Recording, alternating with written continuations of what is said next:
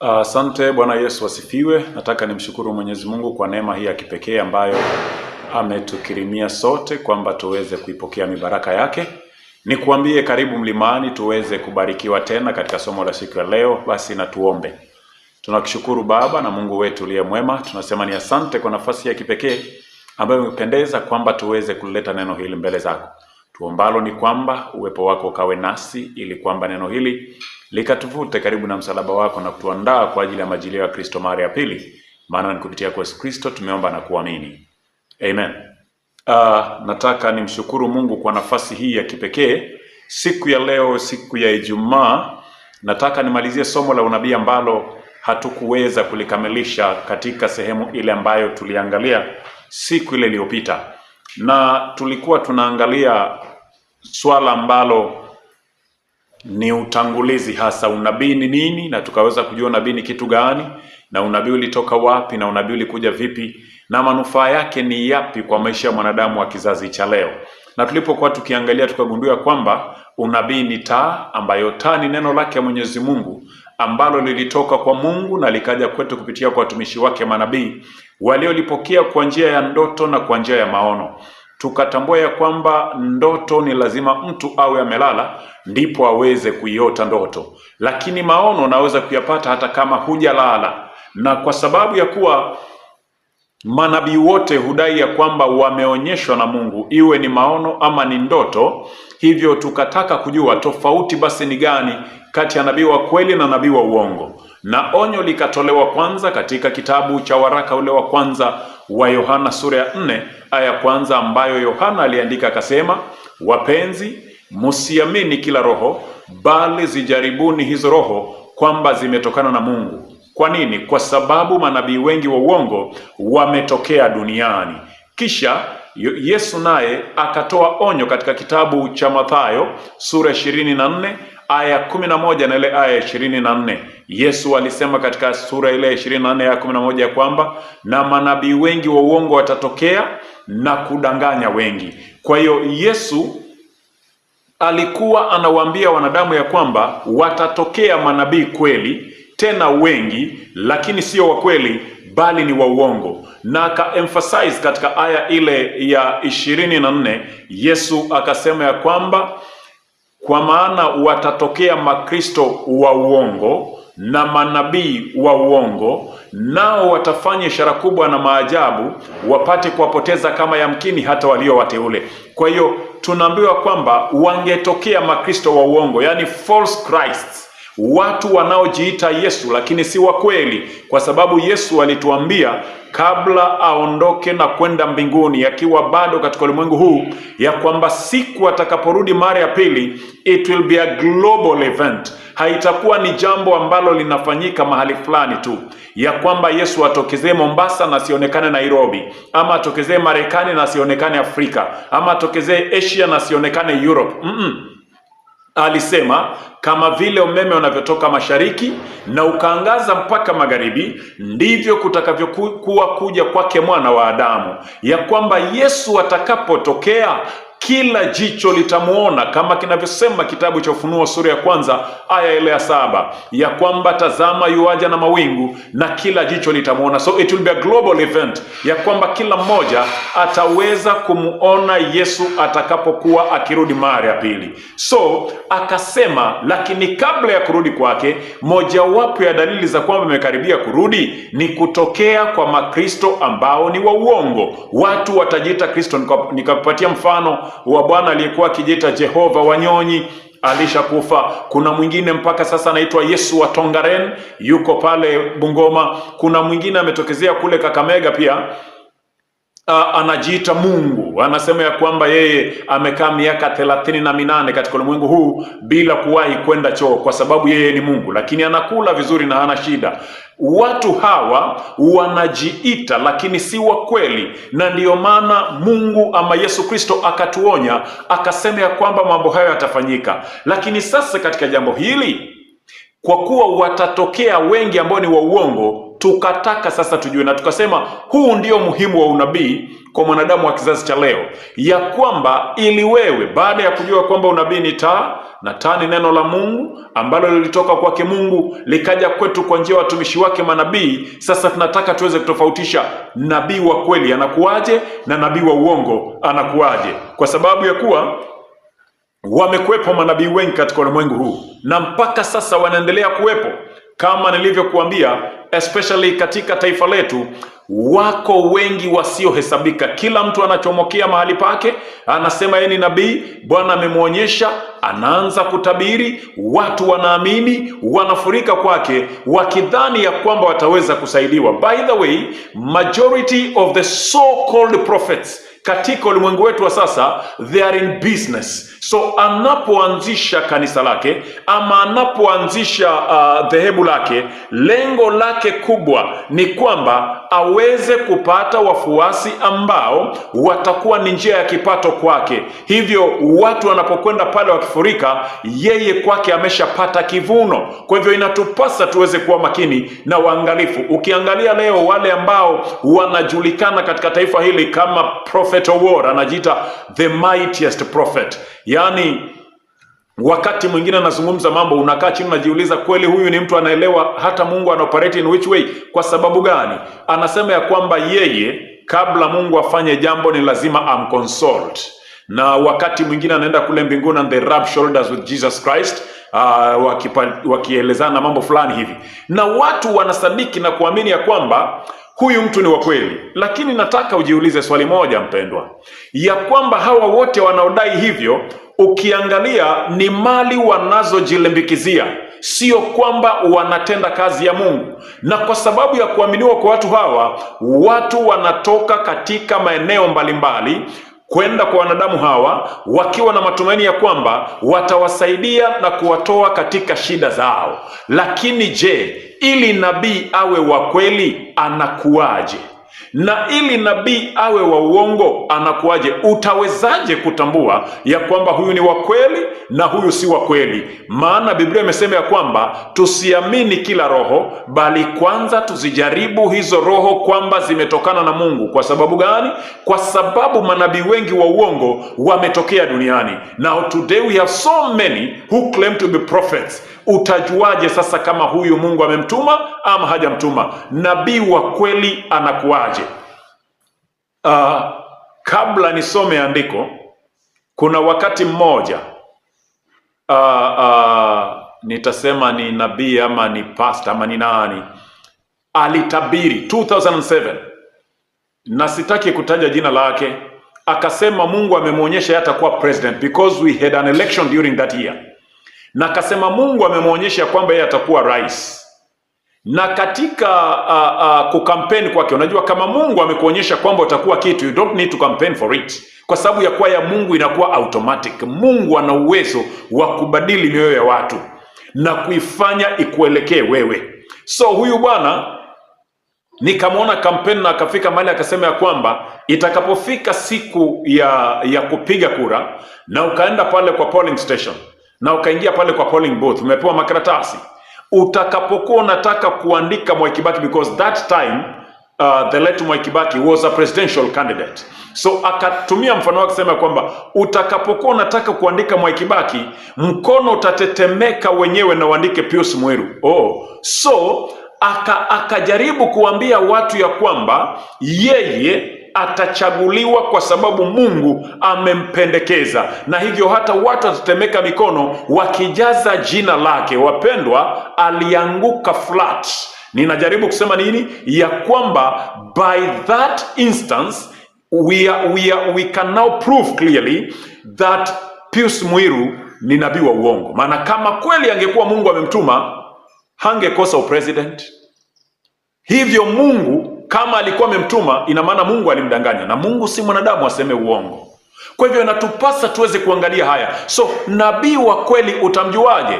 Kitabu cha Yeremia sura 28 aya 9 nasema maneno haya: nabii atabirie habari za amani. Sasa hapa nataka uelewe jambo mpendwa. Biblia inasema ya kwamba nabii atabirie habari za amani. Habari za amani ni habari gani? Habari za amani ni habari zinazokupatia maonyo kabla ya tukio kuweza kutokea. We have to be very careful, Maana watu wanaweza fikiria habari za amani ni habari njema tu peke yake wakati wote. Habari za amani zinawaonya watu mapema kabla ya jambo kutokea. Nuhu alitoa habari za amani kwamba watu waingie ndani ya safina wasije wakaangamia. Lutu alitoa habari za amani kwamba watu waondoke Sodoma wasije wakaangamia. So hata kama destruction ilikuja, onyo lilotolewa kwanza ilikuwa ni habari ya amani. So naweza dhani ya kwamba habari ya amani ni ya kutangaza tu kwamba kutanyesha, mtapata mazao, kutakuwa habari za amani ni neno la maonyo kabla ya tukio la maangamizo kuja, kama vile ambavyo Mungu anatuonya siku ya leo juu ya kuangamizwa kwa dunia hii. Ikiwa tutafuata na kuzingatia, then clearly habari hii ambayo inahubiriwa sasa itakuwa ya amani kwetu, maana itatusaidia kusimama katika kweli ya Mungu. So kitabu cha Yeremia 28 fungu la 9 linazungumzia nabii wa kweli, na linasema hivi: nabii atabirie habari za amani, neno la nabii yule litakapotokea. Sikia, ametabiri alafu imetokea. Neno la nabii yule litakapotokea ndipo itakapojulikana. Sikia vizuri, ametabiri alafu imetokea. Anasema ndipo atakapojulikana ya kuwa Bwana amemtuma kweli kweli. Now this is very very important to note that when a prophet prophesies and the prophecy comes to pass or comes to fruition, then that prophet is a true prophet. Kuna mtu anaweza uliza, kwa nabii wa uongo hawezi kutabiri na ikawa? Tutaliangalia. Kwa hiyo jambo la kwanza la kuzingatia ni kwamba nabii wa kweli akitabiri inatimia. Kwa sababu gani itimie? Maana nabii hasemi maneno yake, anasema maneno ya Mungu aliyemtuma, na Mungu siku zote neno lake litasimama. Haijalishi itachukua miaka mingapi, haijalishi itachukua millenniums ngapi, Mungu akisema itakuwa. Alitabiri wakati wa Adam back in Eden ya kwamba ataweka uadui kati ya mwanamke na nyoka, na kati ya uzao wa mwanamke na uzao wa nyoka, na uzao wa nyoka utaponda uzao wa mwanamke kisigino, na uzao wa mwanamke utaponda uzao wa nyoka kichwa. Alikuwa anatabiri kuja kwa Yesu Kristo na kufa kwake msalabani itakuwa ni shetani amemponda uzao wa mwanamke kichwa. Lakini Yesu anapofufuka kaburini na kuweza kuleta tumaini la wanadamu kuwa na uzima wa milele, alikuwa ameshakwisha kumponda nyoka kichwa. Kwa hiyo ikatimia. So it doesn't matter how long it's gonna take, in as much as God has given out that prophecy through his servants the prophets, it must, underscore the word must, it must come to pass. Now amesema nabii wa kweli akitabiri inatokea. Wa uongo je, inakuwaje? Kitabu cha Kumbukumbu la Taurati sura ya 18 aya 22 inasema maneno haya: atakaponena nabii kwa jina la Bwana. Yani nabii ametabiri na amesema Bwana amenionyesha jambo hili. Anasema atakaponena nabii kwa jina la Bwana, kisha iweje? Anasema lisifuate jambo lile wala kutimia, hilo ndilo neno asilolinena Bwana. Kwa hiyo nabii ametabiri, kama mfano uliopeana wa Pius Muiru, si kwa ubaya. Alisema na kila mmoja akashuhudia wazi. Alisema ya kwamba Bwana amemuonyesha atakuwa president 2007 na hakuwa. So anasema aliposema, alisema kwa jina la Bwana, kwamba Mungu amemuonyesha. So hapa Musa anasema ya kwamba atakaponena nabii aseme Bwana amemuonyesha, yani kwa jina la Bwana, kisha lisifuate jambo lile wala kutimia. Anasema hilo ndilo neno asilolinena Bwana, ya kwamba Mungu hakulinena hilo neno. Kwa hivyo nabii huyo amefanyaje? Anasema kwa kujikinai amelinena. Kwa hiyo amelinena huyo nabii, usimuogope. So ninapenda maneno haya ya kwamba amesema kwa kujikinai. Hakuwa na ukweli wa Mungu, alitaka aonekane kwamba labda ana uwezo wa kutabiri na itokee. Alitake God for granted ya kwamba nikisema Mungu atatimiza, maana nimesema kwa jina lake. Mungu haoperate in that manner. So it is quite clear, nabii wa uongo akitabiri haitimii. Oh yes. Lakini Biblia imesema kitabu cha Mathayo 24:24 ya kwamba nabii wa uongo anaweza kufanya ishara na maajabu. Okay, ishara na maajabu sio kutabiri. Tuelewe, kuna watu zamani zile tulipokuwa shuleni walikuwa akija na wakifanya mazingaombwe, anachukua majani anayaweka kwa carton, anazungusha, anaongea maneno, inakuwa biscuits. Anachukua mwanamume anamwambia fanya anamtoa yai. Walikuwa wanafanya mazingaombwe ya aina hiyo. So inafika mahali ambapo wale watu wasiokuwa na ufahamu, zamani zile hata nami sikuwa na ufahamu na maarifa ya kuelewa kwamba haya mambo yalikuwa yanafanywa ni uongo. So kuna watu wanafikia mahali wanasadiki ni kweli. And I can tell you, majority of our teachers in those days believed in those things because they allowed these people to come into our schools to demonstrate what they can do to make us believe that kweli hii kitu imefanyika. So nataka uzingatie jambo hili kwamba manabii wa uongo wanaweza kufanya ishara na maajabu, lakini hawawezi kutabiri na ikatokea. Hata ukiona amesema ya kwamba itatokea, kuna vitu vyake atakavyovifanya vya kufanya jambo hilo litendeke, kwa sababu ya kuwa the devil has been given a space to perform some things in this world. Well, sasa mpendwa, nataka uelewe hili ya kwamba nabii wa kweli wakati wote, maana ameagizwa na Mungu, neno analolinena si la kwake, ni la Mungu, anaongea na authority, anaongea na mamlaka, because it's very much sure ya kwamba ninachokisema kitakuwa. For instance, manabii wote katika Agano la Kale walikuwa akisema, hawabahatishi, wanaongea Bwana amesema na itatimia, na inatimia kweli. Yesu alipokuwa katika ulimwengu huu alioperate as a prophet na akatabiri, na ndiyo maana wale waliokuwa wakiandika maandiko, Mathayo ananukuu katika kitabu cha Mathayo 7:29 ya kwamba kwa maana alikuwa akiwafundisha kama mtu mwenye amri, wala si kama waandishi wao. He spoke with authority, ya kwamba nachokisema ni kweli, na kwa hakika yote Yesu aliyosema yakatimia sawasawa na vile alivyoyasema. Na nabii wa kweli akitabiri inatokea. Nabii wa kweli akisema anaongea na authority, maana haongei maneno yake, anaongea maneno ya Mungu. Nabii wa kweli anakuwa na matunda mema, matokeo yake, maisha yake, tabia zake zinakuwa ni njema. Kwa nini niseme hivyo? Kwa sababu kuna watu wamejiita manabii na tabia zao zinatofautiana na nabii alivyo. Nabii ni mtumishi wa Mungu, ametumwa na Mungu. So Mungu hawezi kumruhusu nabii atende dhambi ambayo itaibisha jina lake. Na ninataka uelewe jambo hili. Kwa nini niseme hivyo? Sisemi kwamba manabii ni watakatifu hawafanyi dhambi.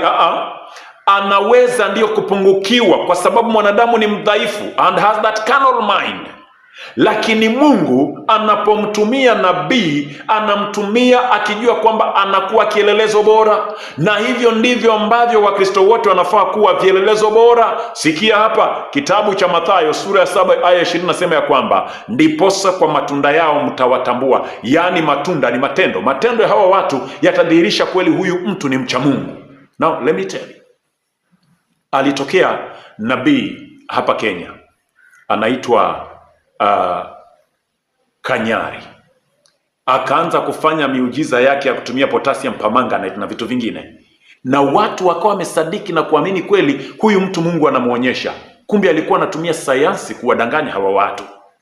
Kuna mwingine alitokea, alikuwa anaitwa Michael Njoroge, akafanya vituko vyake vya kumwambia msichana anaitwa Mwendee apindue mdomo, alafu aseme amemwombea na akapona. Those are configured miracles ambazo wanatengeneza. They figure out something, alafu wanaamua kwamba tukifanya hivi watu wataamini. And unfortunately, majority of the members in these churches, they believe because they don't know that those things were crafted before they came on the pulpit. Now, Biblia inatuambia kwa matunda, yani matendo yao mtawatambua. Kwa nini nasema hivyo? Paulo anasema katika kitabu kile cha Wakorintho wa pili sura ile ya 11 aya 14 na 15. Paulo akaandika akasema, wala si ajabu, maana shetani mwenyewe hujigeuza awe mfano wa malaika wa nuru. Kwa hiyo shetani anaweza kujigeuza akawa mfano wa malaika wa nuru. Alafu anasema, basi sasa si neno kubwa watumishi wake nao wakijigeuza wawe mfano wa watumishi wa haki, ambao mwisho wao utakuwa sawasawa na kazi zao.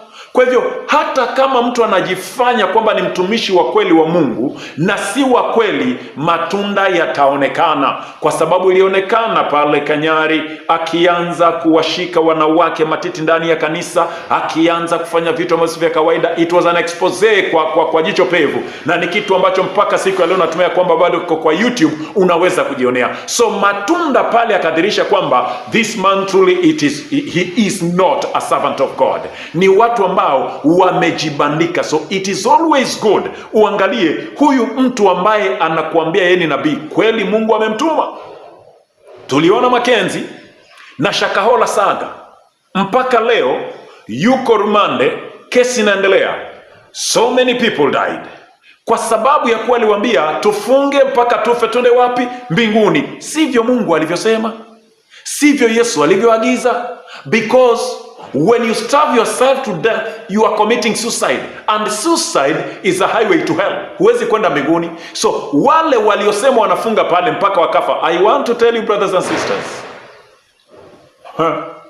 oh yes, mpendwa, usiwe na matumaini ya kuwaona katika uzima wa milele. Si hukumu, maana walikubali upotofu na wakaenda katika upotofu huo.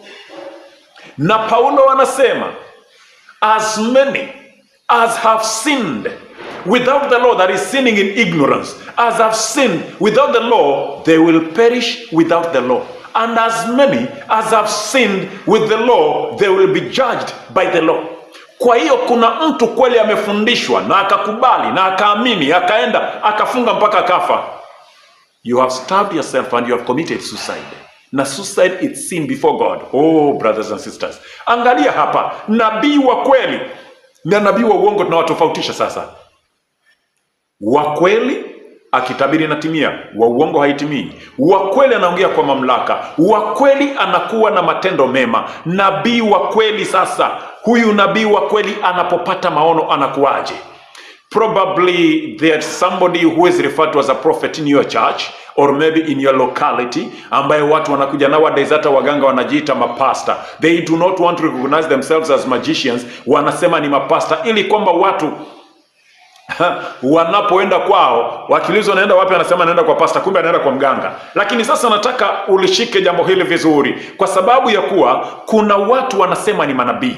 Je, Mungu anapeana kriteria gani ya kumtambua nabii? Yaani ili kwamba mtu awe nabii anapopata maono. Sasa hapa sio ndoto, maono. Anapopata maono anakuwaje, ili mtu anaitwa nabii pale mtaani ukamchunguze. Now this is a practical thing ambayo ningetaka ufanye. Kama kuna mtu anaitwa nabii pale kwenu, nenda ukachunguze anapotabiri. Je, haya mambo yanatokea? There are 5 things ambazo nizionekane kwa huyu nabii anapokuwa katika maono. Jambo la kwanza, nabii huyu macho yake yanakuwa wazi akiwa katika maono. So unapokuwa katika maono, macho yawe wazi, sio kwamba yamefumbwa. Jambo la pili, anaishiwa na nguvu huyu nabii, nguvu zake zinaisha.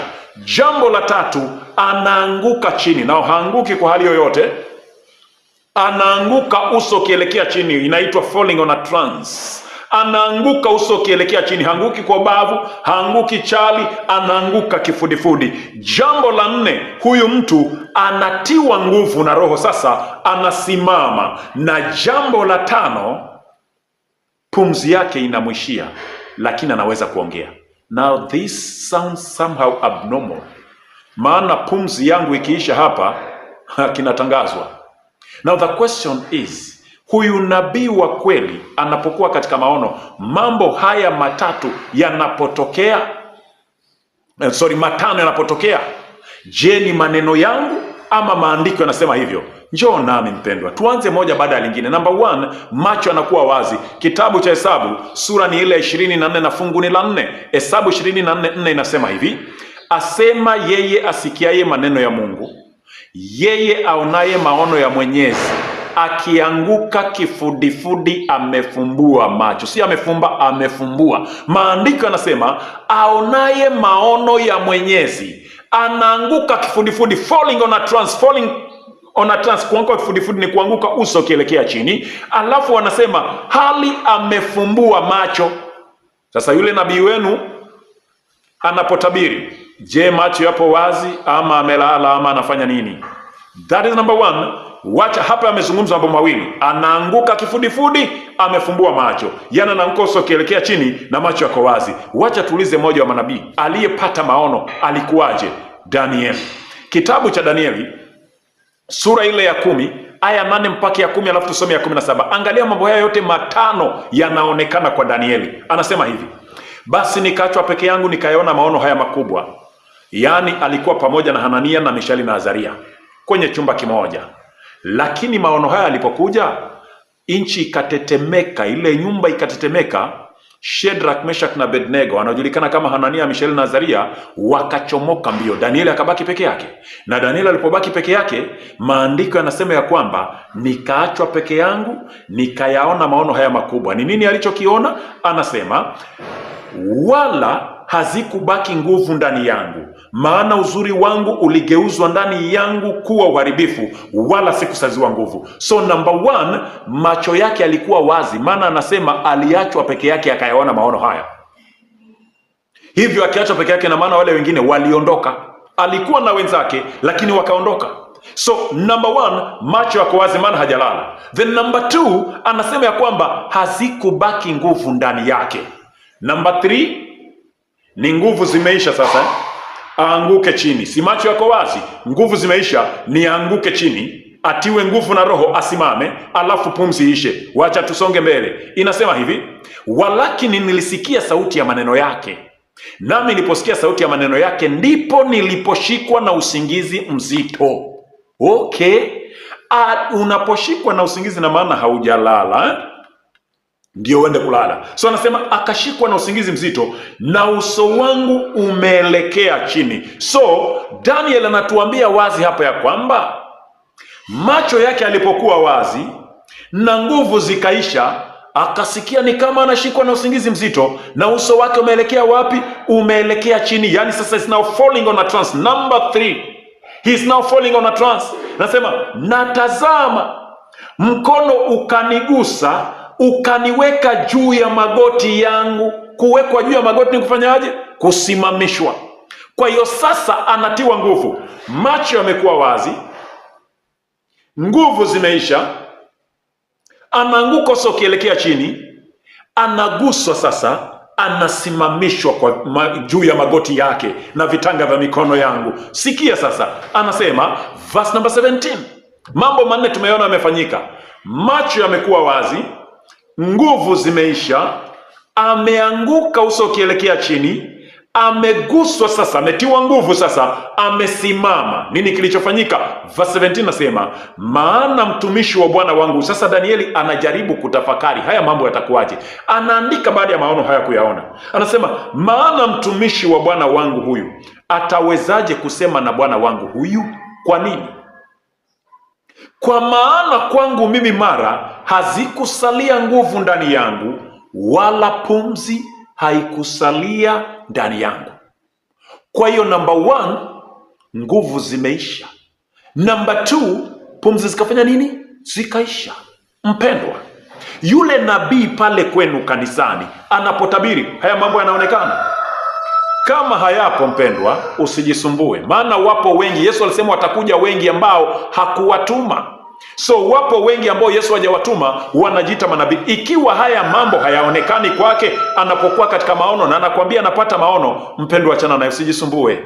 Maana wapo wengi ambao wamekuwa kikwazo kwa maisha ya watu ya kiroho. Watu hawafanyi jambo lingine. Mtu anasema nabii ameniita. Mama wa watu ameacha mume wake, ameenda kushinda kanisani na nabii, maana nabii anasema ya kwamba Mungu amenionyesha we mama utakuwa mtumishi pamoja nami. So siku zote yuko kule, ameacha familia yake, ameenda kukana the so called prophet. No, nataka nikwambie mpendwa, Mungu anakusudi na kila jambo, including Isaiah, Jeremiah, Ezekiel, Daniel, Haggai and the rest of the prophets. Hakuna wakati hao manabii walichukua wake za watu wakakaa nao kwa sababu ya kuwa amesema Mungu amenionyesha utanitumikia. What is happening today? Watu wamepotoshwa. That is why we should understand prophecy. Maana tunapoelewa unabii tunajitenga na upotofu huu. Mpendwa, sikia nikwambie hapa, nabii wa kweli ni lazima aende sawasawa na sheria ya Mungu.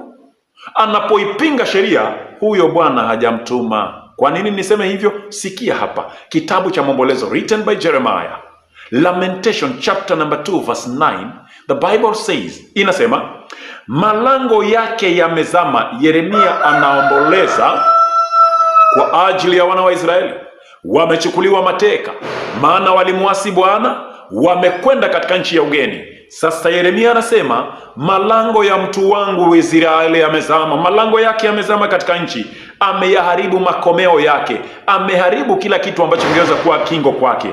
Mfalme wake na wakuu wake wanakaa kati ya mataifa wasio na sheria, yaani wamechukuliwa mateka, wameenda Babeli, wameenda mahali pengine, wanakaa na watu ambao hawana sheria. Listen, naam, manabii wao hawapati maono yatokayo kwa Bwana.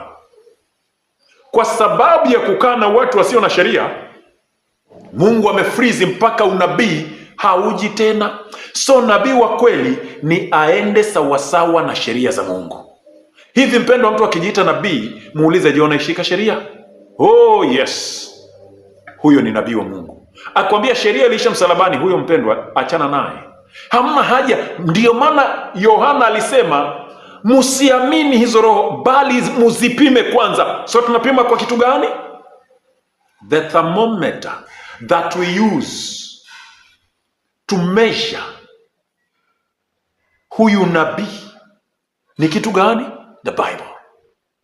The Bible is the word of God, na Biblia ndiyo thermometer ya kuangalia temperature ya nabii. Je, nabii huyu yuko kwa temperature ya sawa ama temperature yake ni fake?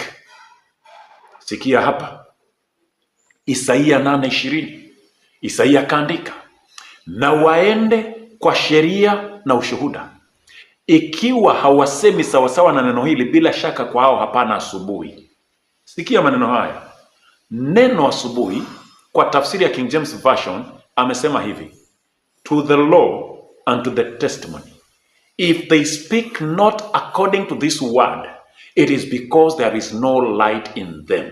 Brothers and sisters, the King James Version does not say it is because there is little light in them. Inasema there is no light, yani pale ni darkness. Ikiwa nabii hata enenda kwa sheria za Mungu, wapendwa, huyo Mungu hajamtuma. Yaani hili jambo liko wazi, na sheria mpendwa, Mungu ameorodhesha katika maandiko yake matakatifu. Unapokisoma kitabu cha Kutoka, kitabu cha pili cha Biblia, sura ya 20 aya ya kwanza mpaka ya 17, amri za Mungu zimeorodheshwa pale. Unapozitafuta tena utazipata katika kitabu cha Kumbukumbu la Taurati, kitabu cha 5 alichokiandika Musa. Katika kitabu hicho sura yake ile ya 5, kitabu cha Kumbukumbu la Taurati sura ile ya 5 aya yake ni ile ya 6 mpaka 21. Amezirudia tena amri 10 pale. Kwa hiyo amri 10 za Mungu ziko pale, na Mungu anasema ili nabii ajulikane ni wa kweli, niende sawasawa na amri hizo. Kama sivyo, huyo hasemi kweli.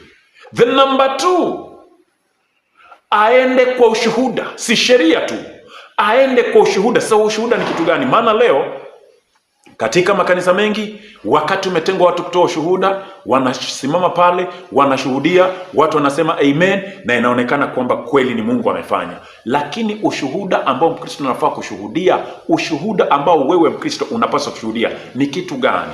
Mpendwa, kitabu ni kile cha Ufunuo sura ya 19 na aya ya 10. Yohana mwaka wa 94 akiwa katika kisiwa cha Patmo, ametupwa na utawala wa Rumi, maana hawakutaka neno la Mungu liweze kuendelea kuhubiriwa. Hivyo kila ambaye alikuwa akitetea kweli ya Bwana na akajulikana kwamba ni mtumishi wa Mungu alichukuliwa na kupata mateso. Yohana akakamatwa, akatiwa ndani ya pipa la mafuta kwanza, akachemshwa, na walipomchemsha baada ya masaa mengi wakaona hajafa, wakamtoa pale na kumsukumilia kisiwa cha Patmo ili kwamba aweze kupotea kule. Katika kisiwa cha Patmo kulikuwa hakuna watu wanakaa pale, walikuwa ni wanyama hatari na nyoka wenye sumu kali. Hivyo wakadhani ya kwamba labda Yohana ataumwa na nyoka ama tararuliwa na mnyama aweze kupotelea mbali pale. Lakini ashukuriwe Mungu Baba wa Bwana wetu Yesu Kristo, ambaye alikuwa anajua vizuri ya kwamba bado ziko sura 22 za Biblia hazijaandikwa, na akatuma malaika katika kisiwa cha Patmo akakutana na Yohana na kumpatia maneno haya,